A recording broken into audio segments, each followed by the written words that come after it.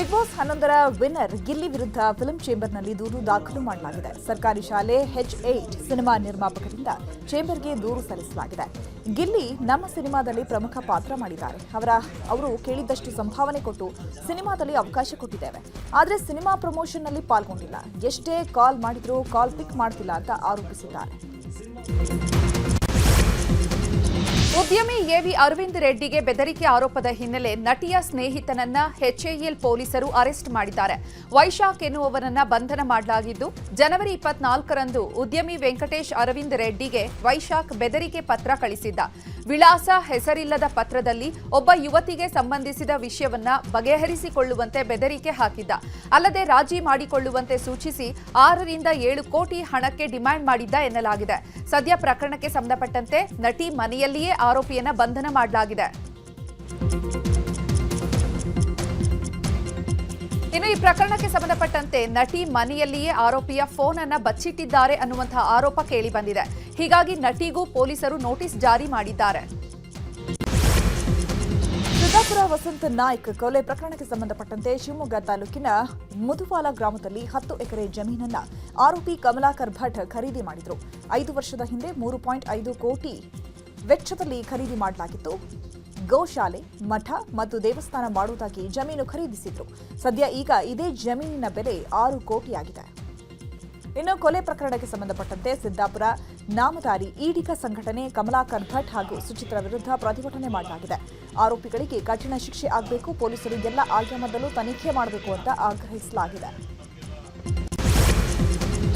ಕಮಲಾಕರ ಭಟ್ ಮತ್ತು ಸುಚಿತ್ರಾ ಗ್ಯಾಂಗ್ನಿಂದ ಕೊಲೆ ಪ್ರಕರಣಕ್ಕೆ ಸಂಬಂಧಪಟ್ಟಂತೆ ಸಿದ್ದಾಪುರ ಪೊಲೀಸರ ವೈಫಲ್ಯ ಮತ್ತು ನಿರ್ಲಕ್ಷ್ಯದ ಬಗ್ಗೆ ತನಿಖೆ ಮಾಡಲಾಗ್ತಾ ಇದೆ ಅಂತ ಜಿಲ್ಲಾ ಪೊಲೀಸ್ ವರಿಷ್ಠಾಧಿಕಾರಿ ದೀಪನ್ ಮಾಹಿತಿ ನೀಡಿದ್ದಾರೆ. ನ್ಯೂಸ್ 18ಗೆ ಮಾಹಿತಿ ನೀಡಿದ ಅವರು, ಸಿದ್ದಾಪುರ ಠಾಣೆಯ 2 ಪೊಲೀಸ್ ಸಿಬ್ಬಂದಿಗಳ ವರ್ಗಾವಣೆ ಮಾಡಲಾಗಿದೆ. ಅಲ್ಲದೆ ಶಿರಸಿ ಡಿವೈಎಸ್ಪಿ ಗೀತಾ ಪಾಟೀಲ್ರ ನೇತೃತ್ವದಲ್ಲಿ ತನಿಖೆ ಮಾಡಲಾಗ್ತಾ ಇದೆ. ತನಿಖೆಯಲ್ಲಿ ಏನಾದರೂ ತಪ್ಪು ಕಂಡು ಬಂದ್ರೆ ಮುಲಾಜಿಲ್ಲದೆ ಕ್ರಮ ಕೈಗೊಳ್ಳಲಾಗುತ್ತದೆ ಅಂತ ಹೇಳಿದ್ದಾರೆ. ಆ ಟೈಮಲ್ಲಿ ಯಾರು ಸ್ಟೇಷನ್ ಅಲ್ಲಿ ಅಟೆಂಡ್ ಮಾಡ್ತಾ ಇದ್ರು ಅವ್ರಿಗೆ ನಾವು ಎನ್ಕ್ವೈರಿ ಉದ್ದೇಶ ಬೇರಾಗ್ ಆಗ್ಬೇಕು ಅನ್ನೋದು ಕಾರಣಕ್ಕೆ ನಾವು ಇವಾಗಲೇ ಅವ್ರಿಗೆ ನಾವು ಓಡಿ ಮಾಡಿದ್ವಿ. ಅದು ಅವತ್ತಿನ ದಿವಸ ಸ್ಟೇಷನ್ ಅಲ್ಲಿ ಯಾರಿದ್ರು ಅಟೆಂಡ್ ಮಾಡ್ತಾ ಇದ್ರು SHO ಟೆಸ್ಟ್ ಅಲ್ಲಿ ಅವ್ರನ್ನ. ಬೆಂಗಳೂರು ಪುಣೆ ರಾಷ್ಟ್ರೀಯ ಹೆದ್ದಾರಿಯಲ್ಲಿ ರೋಡ್ ರಾಬರಿ ಮಾಡಲಾಗಿದೆ. ಚಲಿಸ್ತಾ ಇದ್ದ ಟ್ರಕ್ನಿಂದಲೇ ಫ್ಲಿಪ್ಕಾರ್ಟ್ ಕಂಪನಿಯ ಸ್ವತ್ತುಗಳನ್ನು ರಾಬರಿ ಮಾಡಲಾಗಿದೆ. ಸುಮಾರು 24 ಲಕ್ಷ ಮೌಲ್ಯದ ವಸ್ತುಗಳನ್ನು ರಾಬರಿ ಮಾಡಲಾಗಿದ್ದು, ಹಾವೇರಿ ರಾಣಿಬೆನ್ನೂರು ಮಾರ್ಗ ಮಧ್ಯದಲ್ಲೇ ಕೃತ್ಯ ನಡೆದಿದೆ. ಟ್ರಕ್ಗೆ ಅಳವಡಿಸಲಾಗಿದ್ದ ಲಿಂಕೇಜ್ ಡಿವೈಸ್ ಮುರಿದು 6 ಬಾಕ್ಸ್ಗಳಲ್ಲಿದ್ದಂತಹ ಬೆಲೆ ಬಾಳುವ ಮೊಬೈಲ್ಗಳನ್ನು ದರೋಡೆ ಮಾಡಲಾಗಿದೆ. ಇನ್ನು ಕಳ್ಳತನದ ಬಗ್ಗೆ ಕಂಪನಿಗೆ ಅಲರ್ಟ್ ಮೆಸೇಜ್ ಬಂದ ಬಳಿಕ ಟ್ರಕ್ ಚಾಲಕನಿಗೆ ಕರೆ ಮಾಡಿದ್ದಾರೆ. ಈ ವೇಳೆ ಚಾಲಕ ಗಾಡಿ ಸೈಡ್ ಹಾಕಿ ಚೆಕ್ ಮಾಡಿದಾಗ ಕಳ್ಳತನದ ಕೃತ್ಯ ಬಯಲಾಗಿದೆ. ಗನ್ ತೋರಿಸಿ ಕ್ರಷರ್ ಉದ್ಯಮಿಗಳಿಗೆ ಬೆದರಿಕೆ ಹಾಕಿರುವ ಘಟನೆ ಚಾಮರಾಜನಗರದ ಗುಂಡ್ಲುಪೇಟೆ ತಾಲೂಕಿನ ಹಿರಿಕಾಟೆಯಲ್ಲಿ ನಡೆದಿದೆ. ಕೇರಳ ಮೂಲದ ಕ್ಲಿಪ್ಪಿ ಅನ್ನುವಂತಹ ವ್ಯಕ್ತಿಯಿಂದ ಬೆದರಿಕೆ ಬಂದಿದೆ ಅಂತ ಆರೋಪಿಸಲಾಗಿದೆ. ಸೋಮಶೇಖರ್ ಮತ್ತು ಕ್ಲಿಪ್ಪಿ ಇಬ್ರು ಕೂಡ ಸೇರಿ 2016ರಲ್ಲಿ ಕ್ರಷರ್ ಪ್ರಾರಂಭ ಮಾಡಿದ್ರು. ನಂತರ ಕ್ರಷರ್ನಲ್ಲಿ ಲಾಸ್ ಆಗಿದ್ರಿಂದ ಇಬ್ಬರ ಪಾರ್ಟ್ನರ್ಶಿಪ್ ಕುಸಿದು ಬಿದ್ದಿತ್ತು. ಹೀಗಾಗಿ ಇಬ್ಬರು ಕೋರ್ಟ್ ಮೆಟ್ಟಿಲ್ ಹತ್ತಿದ್ರು. ಇದೇ ವಿಚಾರಕ್ಕೆ ಗಲಾಟೆಯಾಗಿ ಬೆದರಿಕೆ ಹಾಕಿದ್ದಾರೆ ಅಂತ ಆರೋಪಿಸಲಾಗಿದೆ. ಚಿರತೆ ಕಾಟಕ್ಕೆ ಅಂಜನಾಪುರದ BDA ಲೇಔಟ್ ಜನ ಆತಂಕಗೊಂಡಿದ್ದಾರೆ. ಹೀಗಾಗಿ ಅರಣ್ಯ ಇಲಾಖೆ ಅಧಿಕಾರಿಗಳು ಚಿರತೆ ಸೆರೆಗೆ ಬೋನ್ ಇರಿಸಿದ್ದು, ಚಿರತೆ ಸಿಗೋವರೆಗೂ ಬೋನ್ ತೆಗೆಯಬಾರದು ಅಂತ ನಿವಾಸಿಗಳು ಆಗ್ರಹಿಸಿದ್ದಾರೆ.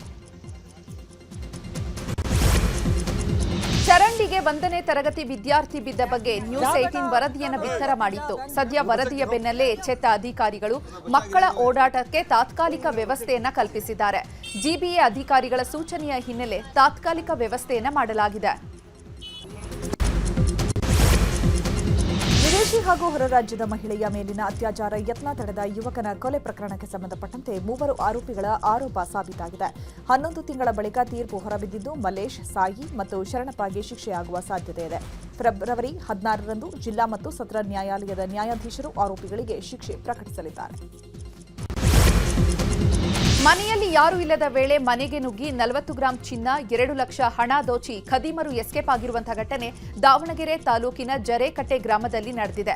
ಮನೆಯ ಸದಸ್ಯರು ಮೈಲಾರ ಜಾತ್ರೆಗೆ ತೆರಳಿದ್ದ ವೇಳೆಯಲ್ಲಿ ಈ ಘಟನೆ ನಡೆದಿದೆ. ಕಳ್ಳರ ಓಡಾಟದ ದೃಶ್ಯ ಸಿಸಿಟಿವಿಯಲ್ಲಿ ಸೆರೆಯಾಗಿದೆ.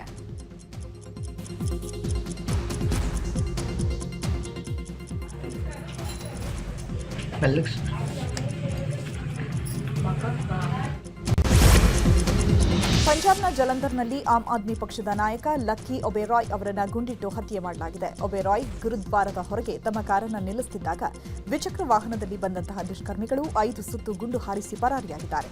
ಕೂಡಲೇ ಲಕ್ಕಿ ಒಬೆರಾಯ್ರನ್ನ ಖಾಸಗಿ ಆಸ್ಪತ್ರೆಗೆ ಕರೆದೊಯ್ಯಲಾಗಿತ್ತು. ಆದರೆ ಚಿಕಿತ್ಸೆ ಫಲಕಾರಿಯಾಗದೆ ಮೃತಪಟ್ಟರು. ಈ ಸಂಬಂಧ ಪಂಜಾಬ್ ಪೊಲೀಸರು ತನಿಖೆ ಮಾಡುತ್ತಿದ್ದಾರೆ.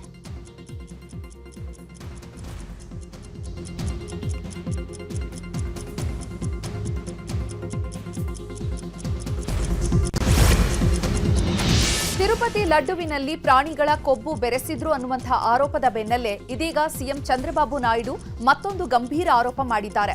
ತಿರುಮಲ ಲಡ್ಡುವಿನಲ್ಲಿ ಬಾತ್ರೂಮ್ ಕ್ಲೀನಿಂಗ್ ಕೆಮಿಕಲ್ ಹಾಕಿ ರೆಡಿ ಮಾಡಿದ್ದಾರೆ ಅಂತ ಆರೋಪಿಸಿದ್ದಾರೆ.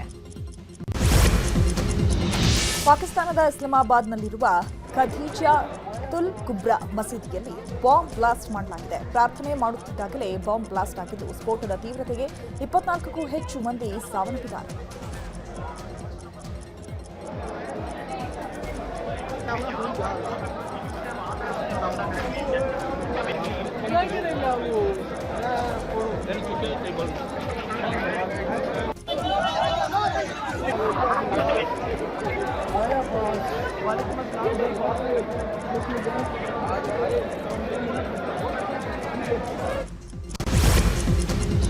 ಬಾಂಗ್ಲಾದೇಶದ ಢಾಕಾದಲ್ಲಿ ಮತ್ತೆ ಪ್ರತಿಭಟನೆಯ ಕಿಚ್ಚು ಎದ್ದಿದೆ. ಡಿಸೆಂಬರ್ 18ರಂದು ಉಸ್ಮಾನ್ ಹಾದಿ ಹತ್ಯೆಯನ್ನ ಮಾಡಲಾಗಿತ್ತು.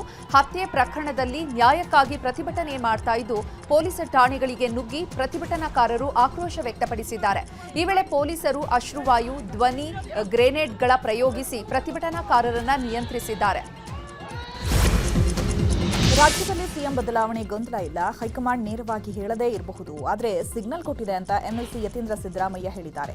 ಮೈಸೂರಲ್ಲಿ ಮಾತನಾಡಿದ ಅವರು, ಸಿದ್ದರಾಮಯ್ಯ ಅವರೇ 5 ವರ್ಷ ಸಿಎಂ ಆಗಿ ಮುಂದುವರಿಯಲಿದ್ದಾರೆ. ನಮ್ಮಲ್ಲಿ ಯಾವುದೇ ಗೊಂದಲ ಇಲ್ಲ. ಸದ್ಯಕ್ಕೆ ಸಿದ್ದರಾಮಯ್ಯ ಅವರನ್ನ ಇಳಿಸಿ ಅಂತ ಯಾರೂ ಕೇಳ್ತಾ ಇಲ್ಲ ಅಂತ ಹೇಳಿದರು. ಈಗ ಸದ್ಯಕ್ಕಂತೂ ಹಾಗೆ ಅನ್ನಿಸ್ತಾ ಇಲ್ಲ. ಈಗ ಯಾರು ಕೂಡ ಸಿದ್ದರಾಮಯ್ಯ ತೆಗಿತೀವಿ ಅಂತ ಯಾರು ಕೂಡ ಹೇಳಿಲ್ಲ. ಹೈಕಮಾಂಡ್ ಅವರು ಕೂಡ ಏನ್ ತೆಗಿಬೇಕು ಅಂತ ಬೇಡಿಕೆ ಕೊಡ್ತಾ ಇದ್ರು, ಅದಕ್ಕೇನು ಮನ್ನಣೆ ಕೊಟ್ಟಿಲ್ಲ. ಸೊ ಹಾಗಾಗಿ ನನ್ನ ಪ್ರಕಾರ 5 ವರ್ಷ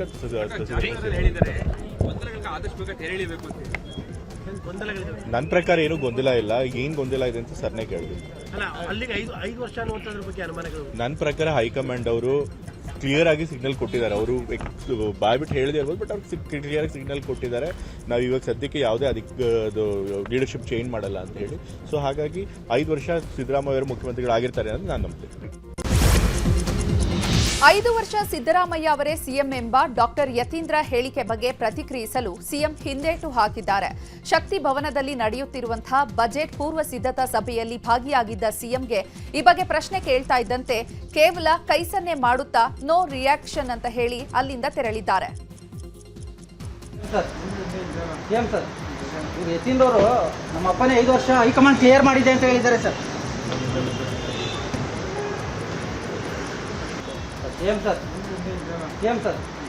ಯತೀಂದ್ರ ಅವರು ನಮ್ಮ ಅಪ್ಪನೇ 5 ವರ್ಷ ಹೈಕಮಾಂಡ್ ಕ್ಲಿಯರ್ ಮಾಡಿದೆ ಅಂತ ಹೇಳಿದ್ದಾರೆ ಸರ್.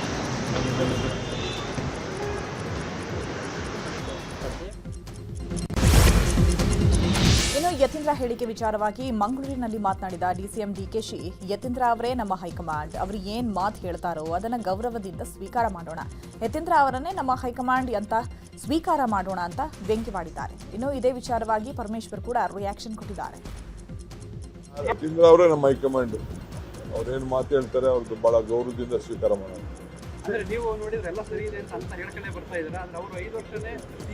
ಆಯ್ತಪ್ಪ, ಅವ್ರು ಹೇಳಿದ್ಮೇಲೆ ಅವ್ರ ಹೈಕಮಾಂಡ್ ಹೇಳಿದ್ಮೇಲೆ ಅವ್ರ ಯತೀಂದ್ರನೇ ಈಗ ಹೈಕಮಾಂಡ್ ಅಂತ ನಾವು ಸ್ವೀಕಾರ ಮಾಡೋಣ. ನಡೀಲಿ. ನಾನು ನೋಡಿ, I don't want to react. ಬಸವರಾಜ್ಗೂ ರಿಯಾಕ್ಟ್ ಮಾಡಕ್ ಇಷ್ಟ ಇಲ್ಲ ನನಗೆ, ಯತೀಂದ್ರಾಗಿ ರಿಯಾಕ್ಟ್ ಮಾಡಕ್ ಇಷ್ಟ ಇಲ್ಲ. ಏನ್ ರಿಯಾಕ್ಟ್ ಮಾಡಿದ್ರು ನಮ್ಮ ಡೆಲ್ಲಿಯವ್ರು ರಿಯಾಕ್ಟ್ ಮಾಡಬೇಕು. ನಡೀರಿ. ಇದೆಲ್ಲ ನಾವು ಯಾರು ತೀರ್ಮಾನ ಮಾಡಿ ಸರ್, ಅದಕ್ಕೆ ಅವರು ಯತೀಂದ್ರ ಅವರು ಹೇಳಿರೋದು ಹೈಕಮಾಂಡ್ ನಮಗೆ ಗ್ರೀನ್ ಸಿಗ್ನಲ್ ಕೊಟ್ಟಿದೆ. ಕೆಲವರು ಬದಲಾವಣೆ ಬಯಸಿದ್ರು. ನಮಗೆ ನೋಡಿ, ಒಂದು ಸ್ಥಿರವಾದ ಆಡಳಿತವನ್ನು ಕೊಡುವಂಥ ಸರ್ಕಾರ ಬೇಕು. ಅದನ್ನು ಸಿದ್ದರಾಮಯ್ಯನವರು ನಡೆಸ್ಕೊಂಡು ಬರ್ತಾ ಇದ್ದಾರೆ. ಹಾಗಾಗಿ ಹೈಕಮಾಂಡ್ನವರು ಏನು ತೀರ್ಮಾನ ಮಾಡ್ತಾರೆ ಅದನ್ನು ನಾವೆಲ್ಲರೂ ಕೂಡ ಒಪ್ಕೊಳ್ತೀವಿ. ಇಲ್ಲಿ ಅಲ್ಲಿ ನನಗೆ ಇಷ್ಟಪಡ್ತಕ್ಕಂಥ ಜನ, ನಮ್ಮ ಕಾರ್ಯಕರ್ತರು, ನಮ್ಮ ಮುಖಂಡರುಗಳು ಹೌದಪ್ಪ ಪರಮೇಶ್ವರ್ ಮುಖ್ಯಮಂತ್ರಿ ಆಗಬೇಕು ಅಂತ ಹೇಳಿದ ಕ್ಷಣಕ್ಕೆ ಏನು ಬದಲಾವಣೆ ಆಗಿಬಿಡೋದಿಲ್ಲ. ಆದರೆ ಅವರ ಅಭಿಪ್ರಾಯಗಳನ್ನ ಅವ್ರು ಹೇಳ್ತಾ ಇರ್ತಾರೆ. ಇನ್ನು ಯತೀಂದ್ರ ಹೇಳಿಕೆಗೆ ವಿಧಾನಸಭೆಯಲ್ಲಿ ಮಾತನಾಡಿದ ಆರ್ ಅಶೋಕ್, ಮತ್ತೆ ಕಾಂಗ್ರೆಸ್ನಲ್ಲಿ ವಾರ್ ಶುರುವಾಗಿದೆ. ಸಿದ್ದರಾಮಯ್ಯ ಹಾಗೂ ಡಿಕೆಶಿ ಮಧ್ಯೆ ಕದನ ಶುರುವಾಗಿದೆ. ಯತೀಂದ್ರನೇ ನಮಗೆ ಹೈಕಮಾಂಡ್ ಅಂತ ಡಿಕೆ ಶಿವಕುಮಾರ್ ಹೇಳಿದ್ದಾರೆ. ಯತೀಂದ್ರ ಮತ್ತೆ ನಮ್ಮಪ್ಪನೇ 5 ವರ್ಷ ಸಿಎಂ ಅಂತ ಹೊಸ ವಿವಾದ ಹುಟ್ಟುಹಾಕಿದ್ದಾರೆ. ಕಾಂಗ್ರೆಸ್ ಹೈಕಮಾಂಡ್ ಸತ್ತು ಹೋಗಿದೆ. ರಾಹುಲ್ ಗಾಂಧಿ, ಸೋನಿಯಾ ಗಾಂಧಿ, ಮಲ್ಲಿಕಾರ್ಜುನ ಖರ್ಗೆ ಲೆಕ್ಕಕ್ಕೆ ಇಲ್ಲ. ಇದನ್ನೆಲ್ಲ ನೋಡ್ತಾ ಇರುವಂತಹ ಜನರು ಮುಂದೆ ಕಾಂಗ್ರೆಸ್ಗೆ ತಕ್ಕ ಪಾಠ ಕಲಿಸ್ತಾರೆ ಅಂತ ಕಿಡಿಕಾರಿದ್ದಾರೆ. ಇನ್ನು ಇದೇ ವಿಚಾರವಾಗಿ ಛಲವಾದಿ ನಾರಾಯಣಸ್ವಾಮಿ ಕೂಡ ಪ್ರತಿಕ್ರಿಯಿಸಿದ್ದಾರೆ. ಶಾಸಕರು ಎಲ್ಲ ಮಂತ್ರಿಗಳು ಏನು ಹೇಳ್ತಾ ಇದ್ದಾರೆ, ಹೈಕಮಾಂಡ್ ತೀರ್ಮಾನ ಅಂತ. ಆದರೆ ಯತೀಂದ್ರ ಅವರೇ ತೀರ್ಮಾನ ಕೊಟ್ಬಿಟ್ಟವ್ರೆ, ನಮ್ಮ ಅಪ್ಪನೇ 5 ವರ್ಷ ಮುಖ್ಯಮಂತ್ರಿ ಅಂತ. ಮುಗೀತಲ್ಲ, ಅವರೇ ಹೈಕಮಾಂಡ್. ಡೆಲ್ಲಿಯವರ ಹೈಕಮಾಂಡ್ ಸತ್ತೋಗಿದೆ, ಬೆಲೆ ಇಲ್ಲದ ಹೈಕಮಾಂಡ್. ಆಮೇಲೆ ಪ್ರತಿನಿತ್ಯ ಅಸೆಂಬ್ಲಿ ಆಯ್ತಲ್ಲ, ಇನ್ಮೇಲೆ ಪ್ರತಿನಿತ್ಯ ಕುರ್ಚಿ ಕಾಳಗವನ್ನು ರಾಜ್ಯದ ಜನ ನೋಡಬೇಕು. ಅಭಿವೃದ್ಧಿ ಇಲ್ಲ, ತೆರಿಗೆಗಳನ್ನು ಏರಿ ಜನರನ್ನು ರಾಕ್ಷಸರ ರೀತಿ ಹಿಂಡುತ್ತಾ ಇದ್ದಾರೆ ಕಾಂಗ್ರೆಸ್ ಅವರು. ನಾನು ಕೊಡೆ ನೀನು ಬಿಡೆ, ಅಗ್ಗ ಜಗ್ಗಾಟ ನಡೆದಿದೆ. ಇದಕ್ಕೆಲ್ಲ ಕಾರಣ ಹೈಕಮಾಂಡ್ ತೀರ್ಮಾನ 2.5 ವರ್ಷ ಮಾಡಿದ್ರಾಗಿಲ್ವಾ? ಸ್ಪಷ್ಟನೆ ಮಾಡ್ಬೇಕಲ್ಲ. ಹೈಕಮಾಂಡ್ ಮಾಡಿಲ್ಲ. ಈ ಕಡೆ ಇವನ್ ಚೂ ಬಿಡ್ತಾರೆ, ಈ ಕಡೆ ಅವ್ರನ್ನು ಚೂ ಬಿಡ್ತಾರೆ. ಎರಡೂ ಕಡೆಯಿಂದ ಬಂಡವಾಳ ಮಾಡ್ಕೊಂತವ್ರೆ. ನಾಯಕತ್ವ ಬದಲಾವಣೆ ಬಗ್ಗೆ ಹೈಕಮಾಂಡ್ ಸ್ಪಷ್ಟಪಡಿಸಲಿ ಅಂತ ಶಾಸಕ ಶಿವಗಂಗಾ ಬಸವರಾಜ್ ಹೇಳಿದರು. ಈ ವಿಚಾರವಾಗಿ ಸಚಿವ ಪ್ರಿಯಾಂಕ ಖರ್ಗೆ ಮಾತಲ್ಲಿ ತಿವಿದಿದ್ದಾರೆ. ಬೆಂಗಳೂರಲ್ಲಿ ಮಾತನಾಡಿದ ಪ್ರಿಯಾಂಕ ಖರ್ಗೆ, ಅಗತ್ಯ ಬಿದ್ದಾಗ ಕರೀತೇವೆ ಅಂತ ಮಲ್ಲಿಕಾರ್ಜುನ ಖರ್ಗೆ, ರಾಹುಲ್ ಗಾಂಧಿ ಅವರೇ ಹೇಳಿದ್ದಾರೆ. ಅವಶ್ಯಕತೆ ಇದ್ದಾಗ, ಸಮಯ ಬಂದಾಗ ಕರೆದು ನಿರ್ಧಾರ ಕೈಗೊಳ್ಳುತ್ತಾರೆ. ಈ ಬಗ್ಗೆ ಮಾಧ್ಯಮದಲ್ಲಿ ಮಾತನಾಡಿದರೆ ಪ್ರಯೋಜನ ಇಲ್ಲ ಅಂತ ಹೇಳಿದರು.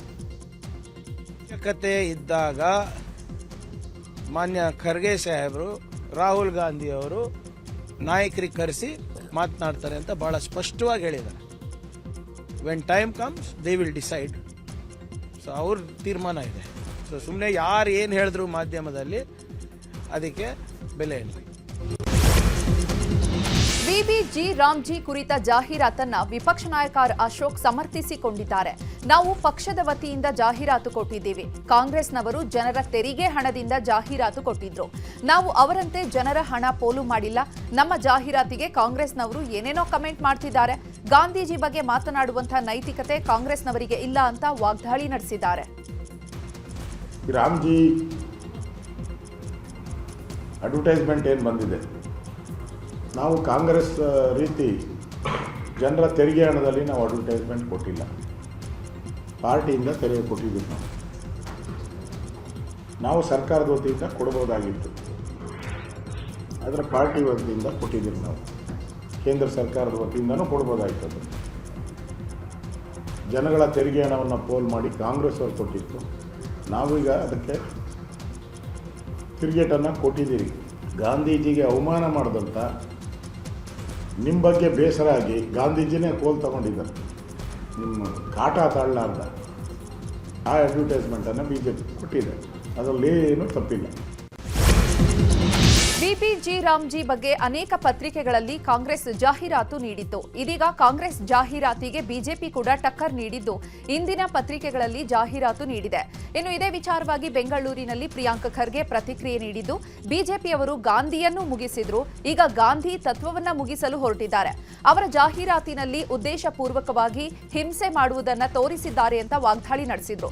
ಇನ್ನು ಇದೇ ವಿಚಾರವಾಗಿ ಸಚಿವ ಪರಮೇಶ್ವರ್, ಬಿಕೆ ಹರಿಪ್ರಸಾದ್ ಕೂಡ ಪ್ರತಿಕ್ರಿಯೆ ನೀಡಿದ್ದಾರೆ. ಏಕವಾಗಿ ಮುಗಿಸಿದ್ದಾರೆ. ಈಗ ಸಿದ್ಧಾಂತವನ್ನು ಮುಗಿಸ್ಲಿಕ್ಕೆ ಹೊರಟಿದ್ದಾರೆ.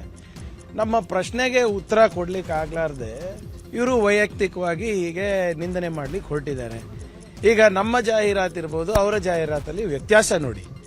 ನಾವು ಸಾರ್ವಜನಿಕರ ಪ್ರಶ್ನೆಗೆ ಉತ್ತರವನ್ನು ಕೇಳಿದ್ದೀವಿ. ಇವ್ರ ಜಾಹೀರಾತಿನಲ್ಲಿ ಏನಿದೆ? ಉದ್ದೇಶಪೂರ್ವಕವಾಗಿ ಗಾಂಧೀಜಿಯವರು ಹಿಂಸೆ ಮಾಡೋದು ತೋರಿಸೋದಿದೆ. ನಮ್ಮ ದಲಿತ ನಾಯಕರಿರ್ಬೋದು, ಹಿಂದುಳಿದ ವರ್ಗದ ನಾಯಕರಿರ್ಬೋದು, ಪಕ್ಷದ ನಾಯಕರಿರ್ಬೋದು, ಅವರಿಗೆ ಅನ್ಸೋದಂತ ಇದೆ. ಮಹಾತ್ಮ ಗಾಂಧೀಜಿಯವರ ಬಗ್ಗೆ ಏನು, ಎಂಥ ಗೌರವ ಅಥವಾ ಎಂಥ ಭಾವನೆಗಳನ್ನು ಅವ್ರು ಇಟ್ಕೊಂಡಿದ್ರು ಅನ್ನೋದು ಇಡೀ ಜಗತ್ತಿಗೆ ಗೊತ್ತಿದೆ. ಈಗ ಹೊಸದಾಗಿ ಏನೋ ಮಹಾತ್ಮ ಗಾಂಧೀಜಿ ಬಗ್ಗೆ ಮಾತಾಡೋಕ್ಕೆ ಹೋಗಿದ್ದಾರೆ. ಅಷ್ಟು ಒಂದು ಗೌರವ ಇರೋದಿದ್ರೆ ಮಹಾತ್ಮ ಗಾಂಧೀಜಿ ಹೆಸರನ್ನು ನಾವು ಉದ್ಯೋಗ ಖಾತ್ರಿ ಯೋಜನೆಗೆ ಇಟ್ಟಿದ್ವಲ್ಲ, ಅದನ್ನು ಯಾಕೆ ತೆಗಿಯೋಕೆ ಹೋದರು? ಅದಕ್ಕೇನಾದರೂ ಒಂದು ಕಾರಣ ಇತ್ತು? ಯಾರಾದರೂ ತೆಗಿಬೇಕು ಅಂತೇಳಿ ಹೋರಾಟ ಮಾಡಿದ್ರ? ಗಾಂಧೀಜಿಯವರನ್ನು ಹೆಸರು ಮನೆ ಮನೆಗೆ ಕಾಂಗ್ರೆಸ್ನವ್ರು ತಗೊಂಡು ಹೋಗಿದ್ರು.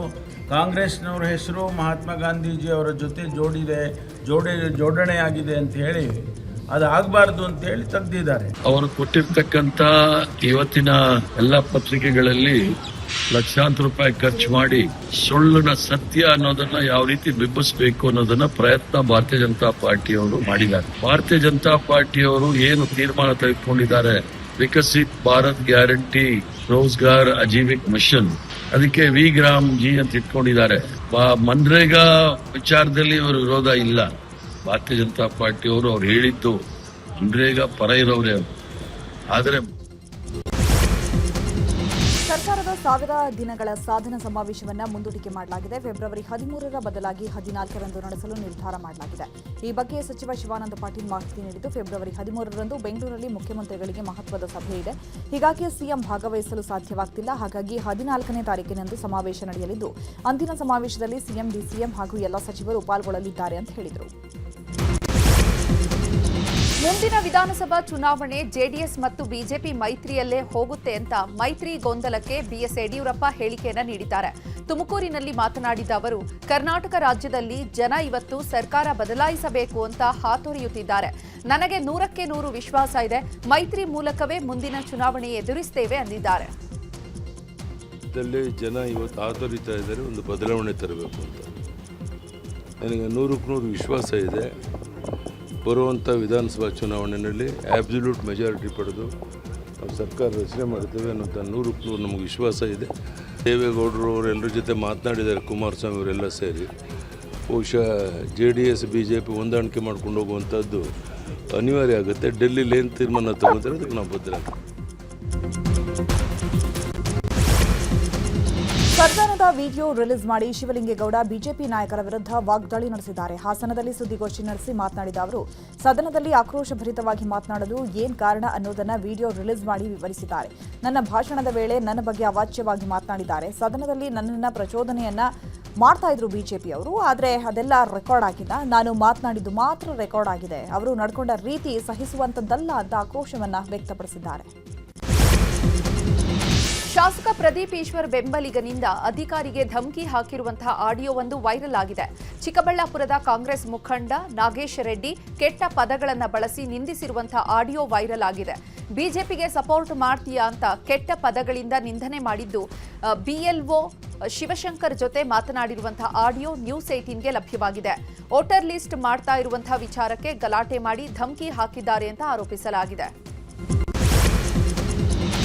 ಸೈಬರ್ ಕಮಾಂಡ್ ಸೆಂಟರ್ನಿಂದ ರಾಜ್ಯಾದ್ಯಂತ ದಾಳಿ ನಡೆಸಲಾಗಿದೆ. ಕೆಲವೊಂದು ಪ್ರಾಕ್ಸಿ ಅಕೌಂಟ್ಗಳ ಮೂಲಕ ಲಕ್ಷಾಂತರ ಮೌಲ್ಯ ವಹಿವಾಟು ನಡೆದಿರುವಂತಹ ಬಗ್ಗೆ ವರದಿಯಾಗಿದೆ. ಇದೇ ವಿಚಾರವಾಗಿ ಸೈಬರ್ ಕಮಾಂಡ್ ವಿಭಾಗದ DG ಪ್ರಣಬ್ ಮೊಹಾಂತಿ ಪ್ರತಿಕ್ರಿಯೆ ನೀಡಿದ್ದು, ಸೈಬರ್ ಫ್ರಾಡ್ ಬಗ್ಗೆ ಗಮನ ವಹಿಸಿದ್ವಿ. ಡಿಜಿಟಲ್ ಅರೆಸ್ಟ್ ಪ್ರಕರಣಗಳನ್ನು ಫಾಲೋ ಅಪ್ ಮಾಡ್ತಾ ಇದ್ವಿ. ಆರೋಪಿಗಳು ಜನರ ಅಕೌಂಟ್ಗಳನ್ನು ಬಳಸಿ ಅವ್ಯವಹಾರ ನಡೆಸ್ತಾ ಇದ್ರು. 40,000ಕ್ಕೂ ಹೆಚ್ಚು ಮ್ಯೂ ಅಕೌಂಟ್ಗಳನ್ನು ಪತ್ತೆ ಹಚ್ಚಿದ್ದೀವಿ. 13 ಜನರನ್ನ ಬಂಧಿಸಿ ತನಿಖೆ ನಡೆಸಲಾಗ್ತಾ ಇದೆ ಅಂತ ಹೇಳಿದರು. ಬಳ್ಳಾರಿ ನಗರದ ನಾಗಲಕೇರಿಯಲ್ಲಿರುವಂತಹ ಆಂಜನೇಯ ದೇಗುಲದಲ್ಲಿ ಮಾಂಸದ ಮೂಳೆಗಳು ಪತ್ತೆಯಾಗಿದೆ. ವೆಂಕಟೇಶ್ವರ ದೇವಸ್ಥಾನದ ಮುಂದಿನ ಗರುಡ ಸ್ತಂಭದ ಮುಂದೆ ಪ್ಲಾಸ್ಟಿಕ್ ಕವರ್ನಲ್ಲಿ ಮಾಂಸದ ಮೂಳೆಗಳು ಪತ್ತೆಯಾಗಿದೆ. ಅರ್ಚಕರು ಪೊಲೀಸರಿಗೆ ಮಾಹಿತಿ ನೀಡಿದ್ದು, ಕೂಡಲೇ ಸ್ಥಳಕ್ಕೆ ಆಗಮಿಸಿದಂತಹ ಕೌಲ ಬಜಾರ್ ಠಾಣಾ ಪೊಲೀಸರು ಪರಿಶೀಲನೆ ನಡೆಸಿದ್ದಾರೆ. ಇನ್ನು ಇದರ ಬಗ್ಗೆ ಪಾರದರ್ಶಕ ತನಿಖೆ ಮಾಡುವಂತೆ ಬಿಜೆಪಿ ಮತ್ತು ಹಿಂದೂ ಪರ ಸಂಘಟನೆಯ ಮುಖಂಡರು ಮನವಿ ಮಾಡಿಕೊಂಡಿದ್ದಾರೆ. ಸದ್ಯ ದೇಗುಲದ ಸುತ್ತ ಬಿಗಿ ಪೊಲೀಸ್ ಬಂದೋಬಸ್ತ್ ಮಾಡಲಾಗಿದೆ. ಇನ್ನು ಸ್ಥಳಕ್ಕೆ ಭೇಟಿ ನೀಡಿ ಪರಿಶೀಲನೆ ನಡೆಸಿದ ಬಳಿಕ ಮಾತನಾಡಿದ IGP P. ಹರ್ಷ, ವಿಷಯ ದೊಡ್ಡದು ಮಾಡಬೇಡಿ, ವೈಭವೀಕರಿಸಬೇಡಿ. ಇದು ಸಣ್ಣ ವಿಷಯ. ನಾವು ಕ್ರಿಮಿನಲ್ ಕೇಸನ್ನು ಬುಕ್ ಮಾಡಿಕೊಂಡಿದ್ದೇವೆ, ತನಿಖೆ ಮಾಡ್ತೇವೆ. ಬ್ಯಾನರ್ ವಿಚಾರಕ್ಕೂ ಇದಕ್ಕೂ ತಳುಕು ಹಾಕೋದು ಬೇಡ. ತಪ್ಪಿತಸ್ಥರು ಯಾರೇ ಇದ್ರೂ ಬಿಡುವ ಪ್ರಶ್ನೆಯೇ ಇಲ್ಲ ಅಂತ ಹೇಳಿದ್ರು. ಶಿವರಾತ್ರಿ ಜಾತ್ರೆಗೆ ಚಾಮರಾಜನಗರ ಜಿಲ್ಲೆಯ ಮಲೆ ಮಹದೇಶ್ವರ ಬೆಟ್ಟಕ್ಕೆ ಸಹಸ್ರಾರು ಭಕ್ತರು ಆಗಮಿಸುವ ಹಿನ್ನೆಲೆ ಪಾದಯಾತ್ರೆ ಮೂಲಕ ತೆರಳುವ ಭಕ್ತರ ಸುರಕ್ಷತೆಗೆ ಅರಣ್ಯ ಇಲಾಖೆ ಕ್ರಮ ಕೈಗೊಂಡಿದೆ. ವನ್ಯ ಪ್ರಾಣಿಗಳಿಂದ ಭಕ್ತರಿಗೆ ತೊಂದರೆ ಆಗದಂತೆ ಸೂಕ್ತ ಬಂದೋಬಸ್ತ್ ಮಾಡಲಾಗಿದೆ. ತಾಳುಬೆಟ್ಟದಿಂದ ಮಹದೇಶ್ವರ ಬೆಟ್ಟದವರೆಗೆ 8 ತಂಡಗಳನ್ನು ನಿಯೋಜನೆ ಮಾಡಲಾಗಿದ್ದು, ಪ್ರತಿ ತಂಡದಲ್ಲಿ ಒಬ್ಬ ಡಿಆರ್ಎಫ್ಒ, ಕಳ್ಳಬೇಟೆ ಶಿಬಿರದ ಸಿಬ್ಬಂದಿ, ಪೊಲೀಸ್, ಗೃಹ ರಕ್ಷಕ ದಳ ಹಾಗೂ ಪ್ರಾಧಿಕಾರ ಸಿಬ್ಬಂದಿ ಕಾರ್ಯನಿರ್ವಹಣೆ ಮಾಡಲಿದ್ದಾರೆ. ಬೆಳಗಾವಿಯ ಶ್ರೀನಗರದಲ್ಲಿರುವಂತಹ ಬಾಲಭವನದ ಬಾಕ್ಸ್ ಕ್ರಿಕೆಟ್ ಮೈದಾನ ಉದ್ಘಾಟನೆ ಕಾರ್ಯಕ್ರಮದಲ್ಲಿ ಭಾಗಿಯಾಗಿದ್ದ ಸಚಿವ ಲಕ್ಷ್ಮೀ ಹೆಬ್ಬಾಳ್ಕರ್ ಹಾಗೂ ಸಚಿವ ಸತೀಶ್ ಜಾರಕಿಹೊಳಿ ಕ್ರಿಕೆಟ್ ಆಟ ಆಡಿದ್ದಾರೆ. ಕ್ರೀಡಾಂಗಣದಲ್ಲಿ ತಾವೇ ಬ್ಯಾಟ್ ಹಿಡಿದು ಸತೀಶ್ ಜಾರಕಿಹೊಳಿ ಬ್ಯಾಟಿಂಗ್ ಮಾಡಿದ್ದಾರೆ. ಈ ವೇಳೆ ಲಕ್ಷ್ಮೀ ಹೆಬ್ಬಾಳ್ಕರ್ ಬೌಲಿಂಗ್ ಮಾಡಿದ್ದು, ಲಕ್ಷ್ಮೀ ಹೆಬ್ಬಾಳ್ಕರ್ ಬೌಲಿಂಗ್ಗೆ ಸತೀಶ್ ಕ್ಲೀನ್ ಬೌಲ್ಡ್ ಆಗಿದ್ದಾರೆ. ಜಿಂಬಾಬ್ವೆಯ ಹರಾರೆಯಲ್ಲಿ ನಡೀತಾ ಇರುವಂತಹ 19 ವರ್ಷದ ಒಳಗಿನವರ ವಿಶ್ವಕಪ್ ಕ್ರಿಕೆಟ್ನಲ್ಲಿ ಟೀಂ ಇಂಡಿಯಾ ಭರ್ಜರಿ ಬ್ಯಾಟಿಂಗ್ ಮಾಡಿದೆ. ಟಾಸ್ ಗೆದ್ದು ಬ್ಯಾಟಿಂಗ್ ಮಾಡಿದ ಟೀಂ ಇಂಡಿಯಾ ಎದುರಾಳಿ ಇಂಗ್ಲೆಂಡ್ಗೆ ಕಠಿಣ 412 ರನ್ಗಳ ಟಾರ್ಗೆಟ್ ನೀಡಿದೆ. ಟೀಂ ಇಂಡಿಯಾ ಬ್ಯಾಟಿಂಗ್ ಶೈನರ್ ವೈಭವ್ ಸೂರ್ಯವಂಶಿ ಕೇವಲ 55 ಎಸೆತಗಳಲ್ಲಿ ಭರ್ಜರಿ ಶತಕ ಬಾರಿಸಿದ ಸೂರ್ಯವಂಶಿ 15 4, 15 ಸಿಕ್ಸರ್ಗಳೊಂದಿಗೆ 175 ರನ್ ಗಳಿಸಿದ್ರು. 14 ವರ್ಷದ ಸೂರ್ಯವಂಶಿ ಎರಡನೇ ಅತಿವೇಗದ ಶತಕ, ಇನ್ನಿಂಗ್ಸ್ ಒಂದರಲ್ಲಿ ಅತಿ ಹೆಚ್ಚು ಸಿಕ್ಸರ್, ಫೈನಲ್ನಲ್ಲಿ ಅತಿ ಹೆಚ್ಚು ಬಾರಿಸಿದ್ದು ಹೀಗೆ 10 ಹಲವು ದಾಖಲೆಗಳನ್ನು ಈ ಮೂಲಕ ಮಾಡಿದ್ದಾರೆ.